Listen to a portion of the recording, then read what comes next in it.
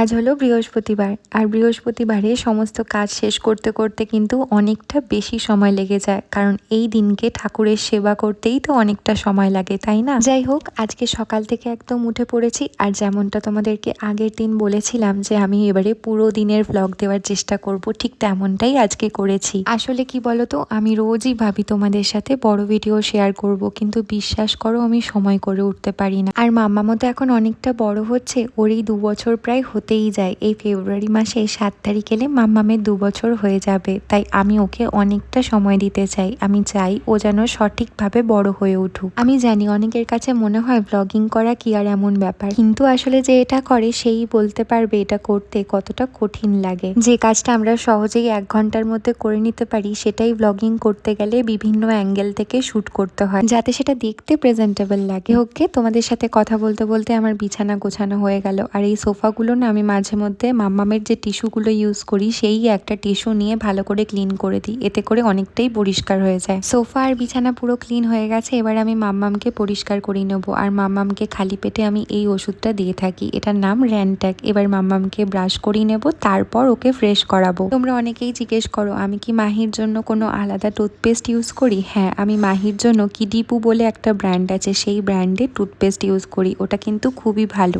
মাম্মামের একবার ক্যাভিটি হয়েছিল, এখন সেটা ইউজ করে করে অনেকটা ভালো আছে। তবে এটা কিন্তু আমি নিজে থেকে কিনিনি, এটা কিন্তু আমাকে ডক্টর প্রেসক্রাইব করেছিলেন। আর একটু আগেই তোমাদের সাথে যে র্যানট্যাক বলে ওষুধটা শেয়ার করলাম, সেটাও কিন্তু ডক্টরের প্রেসক্রাইব করা। 1 মাস আগে মাম্মামের একটু বমি মতন হয়েছিল, তখন আমি ডক্টর দেখিয়েছিলাম, আর তখনই ডক্টর এটাও প্রেসক্রাইব করেছিলেন। মাম্মামকে ব্রাশ করিয়ে দিয়েছি, এবার মাম্মামকে কিছুটা জল খাওয়াবো বলে জল ভরতে এসেছিলাম, আর সেই ফাঁকে দেখো মাম্মাম কি করে দিয়েছে। তোমরা অনেকেই ভাবো মাহি বোধহয় খুব শান্ত, সেই কারণেই হয়তো আমি ঘরটা পরিষ্কার রাখতে পারি, বা আমাকে মাম্মামকে সামলাতে গেলে কোনো কষ্টই করতে হয় না। কিন্তু আসল কথা কি বলতো, তোমরা ঠিক সেইটুকুই দেখতে পাও যেটুকু আমি তোমাদেরকে দেখাতে চাই। হ্যাঁ, আমি ব্লগিং করতে ভিডিও বানাতে ভালোবাসি, তার মানে কি এইটা যে আমি সবসময় ক্যামেরা নিয়ে ঘুরতে পারবো সেটা কখনোই পসিবল না। আমি যদি সবসময় ক্যামেরা নিয়ে ঘুরতাম তাহলে হয়তো আমি ঘরটা সুন্দর করে সেট রাখতে পারতাম না। দেখো, আমার ঘর ঝাঁটা দেওয়া বা মোছা কোনোটাই কিন্তু হয়নি, তার আগেই কিন্তু আমাকে আরেকবার ডাইনিং হলটাকে মুছে নিতে হলো, আবার পরে আমাকে ঝাঁট মোছা করতে হবে। আর এরকম করে সারা দিনে যে কতবার হয় তার কি বলবো। তোমরা তো এটাও জিজ্ঞেস করো মাম্মামের জন্য কি কি ক্রিম লোশন ইউজ করি। তো দেখো, আমি কিন্তু ক্রিমের জন্য চিকু বলে একটা ময়শ্চারাইজিং ক্রিম আছে, ওটা ফেসে ইউজ করি। এছাড়া মাদার স্পার্শের একটা বডি লোশন আছে, যেটা মাম্মামের ফুল বডিতে আমি ইউজ করি। আর অয়েলের জন্য আমি হিমালয়ান বডি অয়েলটা ইউজ করি। আশা করি তোমরা তোমাদের সমস্ত প্রশ্নের উত্তর পেয়ে গেছো। এখন আমি চলে এসেছি রান্নাঘরে মাম্মামের ব্রেকফাস্ট বানানোর জন্য। আজকের ব্রেকফাস্টটা কিন্তু একদম নতুন, আশা করি তোমরা কোথাও এরকম টাইপের রেসিপি দেখোনি। আর জানো তো, এটা বানানো যতটা ইজি, এটা কিন্তু খাওয়াটা ততটাই হেলদি। তোমরা চাইলে তোমরাও নিজেরা এটা ব্রেকফাস্টে খেয়ে নিতে পারো। মুসুর ডালের মধ্যে যে কত প্রোটিন থাকে তা তো আমরা খুব ভালো করে জানি, আর এই ধরনের একটা হেভি ব্রেকফাস্ট দিদিরা কিন্তু বাচ্চাদের জন্য খুবই জরুরি। আমার মেয়ে জানো তো খুব একটা গাঢ় খাবার খেতে একদম ভালোবাসে না, একটু লিকুইড লিকুইড খাবার খেতে অনেকেই ভালোবাসে। আমার মেয়েও কিন্তু ঠিক তেমনই। তো দেখো, আমি মুসুর ডালটাকে ভালো করে প্রেসার কুকারের মধ্যে ধুয়ে দিয়ে দিলাম, আর তারপর এর মধ্যে আমি অর্ধেকখানা গাজরকে গ্রেট করে দিয়ে দেবো। এই গাজর আর মুসুর ডালের স্যুপটাই কিন্তু আজকে মাম্মাম সকালবেলাতে খাবে। এবার একটু স্বাদটাকে এনহ্যান্স করার জন্য আমি এর মধ্যে দেবো অল্প খানিকটা নুন। তোমরা যদি 1 বছরের নিচে হয় বাচ্চা, তাহলে কিন্তু তোমরা নুনটা অ্যাভয়েড করবে। আর দিলাম অল্প সামান্য হলুদ এবং বেশ খানিকটা বাটার। আমার মেয়ে বাটার খেতে ভীষণ ভালোবাসে।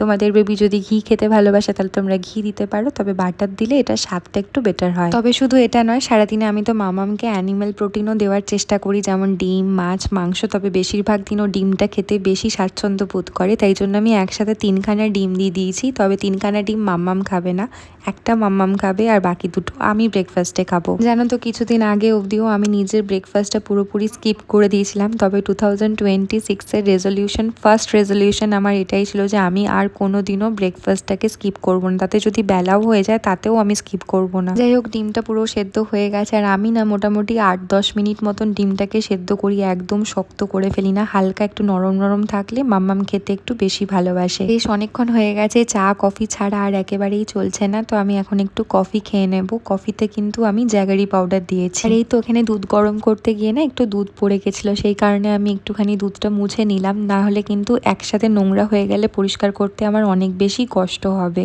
আচ্ছা, তোমরা কি দেখতে পাচ্ছ এখানে পরিষ্কার করছি আর ওখান থেকে ধোয়া উঠছিল, তার কারণ আমি প্রচণ্ড গরম অবস্থাতেই এটা মুছতে স্টার্ট করে দিয়েছিলাম, না হলে না আমার কেমন যেন একটা অ্যাংজাইটি টাইপের হয়। মানে আমার হাত পুড়ে যাক কিন্তু তাতেও আমার রান্না করতে করতেও আমি এরকমভাবে মুছতে থাকি। জানি না তোমরা এরকম কতজন করো, আমার তো মনে হয় এরকম অনেকেই করে থাকে। যদি করো না তাহলে আমাকে প্লিজ কমেন্ট করে জানিও। তোমরা তো দেখতে পেলে এই 1 গ্লাস মুসুর ডালের স্যুপ মাম্মাম খাবে, তার সাথে খাবে এই একটা ডিম সেদ্ধ। এখন এই 1 গ্লাস ওকে জুস খাওয়াতে গিয়ে কিন্তু আমার অবস্থা পুরো কাহিল হয়ে যাবে। আর যে ডিম সেদ্ধটা তোমরা দেখলে, ওই ডিম সেদ্ধটা খাওয়াতে গিয়ে তো আরো অবস্থা খারাপ হয়ে যায়, কারণ ডিমের যে সাদা অংশটা সেটা কিন্তু মাম্মাম খুব ভালো করেই খেয়ে নেয়, তবে কুসুমটা খেতে গিয়ে ও বড্ড বাহানা করে।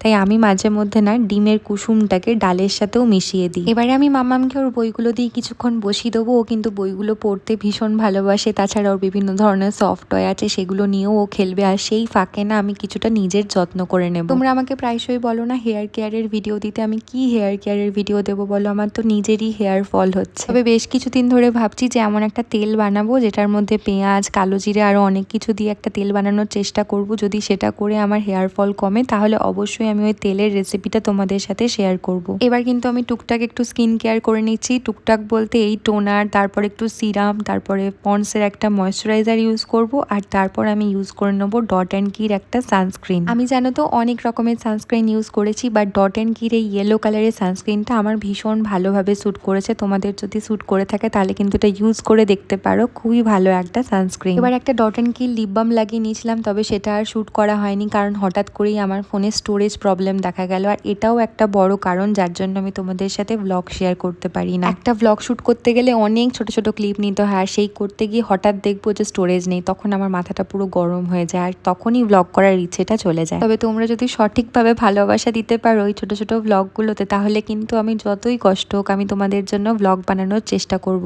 আসলে যদি 1000 2000 ভিউজ আসে তখন কিন্তু আমার আর ব্লগ বানানোর ইচ্ছেটা সত্যিই করে না, কারণ সব কিছুর জন্য একটা উৎসাহের প্রয়োজন। তোমরা আমার ভিডিওটা কোথা থেকে দেখছো, মানে ফেসবুক থেকে দেখছো নাকি ইউটিউব থেকে দেখছো নাকি ইনস্টা থেকে দেখছো, সেটা কিন্তু অবশ্যই আমাকে কমেন্ট করে জানিও, তাহলে কিন্তু আমার খুব ভালো লাগবে। তোমাদের সাথে গল্প করতে করতে আমার প্রায় ঘরের সমস্ত কাজ হয়ে গেছে, ঝাঁট দেওয়া, আর এখন দেখো ঘর মুছছি, তারপরে নিজে স্নান করব, মাম্মামকে স্নান করাবো, আর তারপর আমি কিন্তু বৃহস্পতিবারের মেন কাজ পুজোটা দিতে বসবো। এখন ঘড়িতে বাজে প্রায় 11টা মতন, আর তারপর পুজো দিতে দিতে মানে পুজো শেষ করতে করতে আমার প্রায় 12টা 12:30 বেজে যাবে। যাই হোক, তোমরা অনেকেই জিজ্ঞেস করো আমি ইউটিউব করি কিনা। আসলে আমার প্রথম এই জার্নিটা কিন্তু ইউটিউব থেকেই স্টার্ট হয়েছিল। তোমরা আমাকে কিন্তু ফেসবুক থেকে অনেক বেশি ভালোবাসা দিয়েছো। বর্তমানে আমার ফেসবুক ফলোয়ার্স 1,26,000, আর ইনস্টাতে 11,000, আর ইউটিউবে 26,000। জানো তো আমি প্রচন্ড জেদি একটা মানুষ। ইউটিউবে আমার কোনোভাবেই ফলোয়ার্স বাড়ছে না, সাবস্ক্রাইবার বাড়ছে না, কিন্তু আমিও কিন্তু তেমনটাই জেদি।